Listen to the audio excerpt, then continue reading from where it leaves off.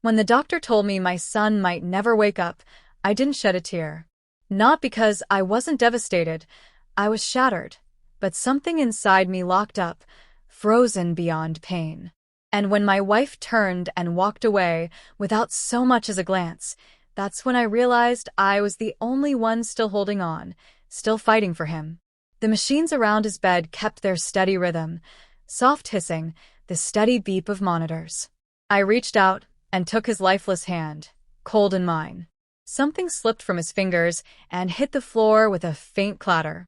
A small, worn key, tied to a piece of ripped paper. Dad used this to unlock what's inside.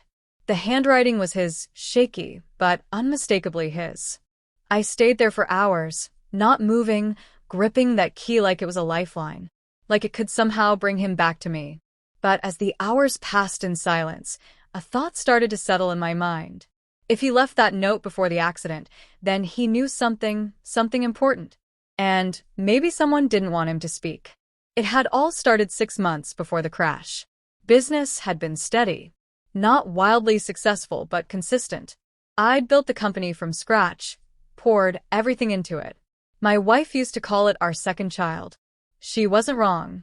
I gave it all my time, long nights, missed family dinners. But it was always meant for us, for a better future. Lately, though, she'd grown distant. Her smiles were rehearsed, her stories too perfect. She stopped caring about my day and started keeping her phone close, guarded. Our son, Nathan, 16, quiet, observant, had started watching her closely. He never said much, but he noticed everything. There was one night I remember clearly. She came home late, claimed she'd been with friends. Nathan looked at her like he was trying to read a riddle only he could see. He didn't confront her then, but I could tell he didn't buy her story. After the crash, I followed the trail the key opened. It led me to a locker at the downtown train station, one of those cheap metal ones no one really notices. Inside, a flash drive, a folded note, and a burner phone. The note was meant for me. Dad, I think Mom is cheating on you. He had followed her. The man she was meeting worked at my company. My son recorded everything, photos, videos, audio clips. He didn't want to believe it either, but he said he had to protect me. I couldn't breathe when I read it. I sat in my car for hours afterward, the drive in my lap, holding the weight of everything it contained. There she was, my wife, meeting in hotel rooms, whispering about how to divide assets, timing the divorce, replacing me. And she wasn't doing it alone. My head of operations was right there with her. It wasn't just betrayal, it was a takeover. And my son, quiet, observant, had uncovered it all. She must have found out somehow. That's the only explanation I've ever had. Because 2 days after he captured those recordings, someone sideswiped his car. The police called it an accident. But I knew better. I didn't confront her.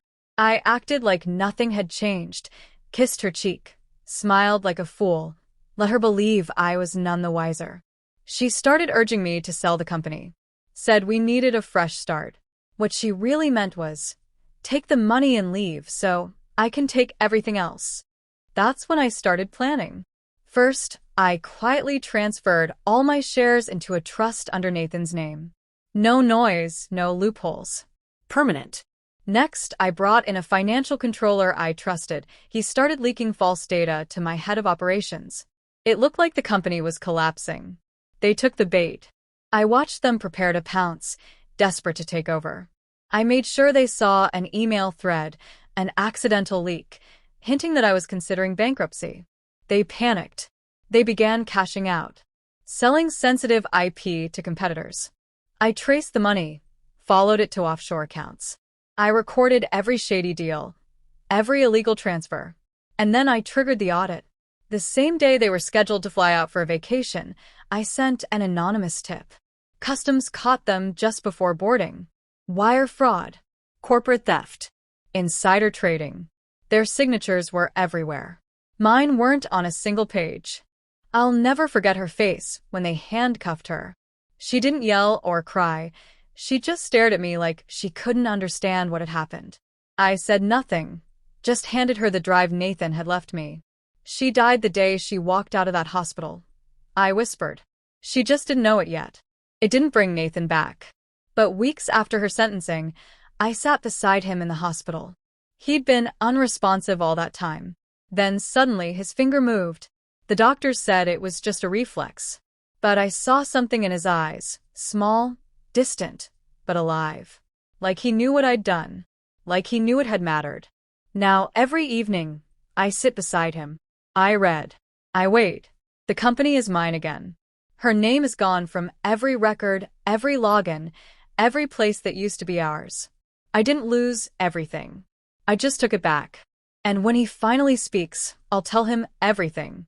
His silence saved me, and mine destroyed them.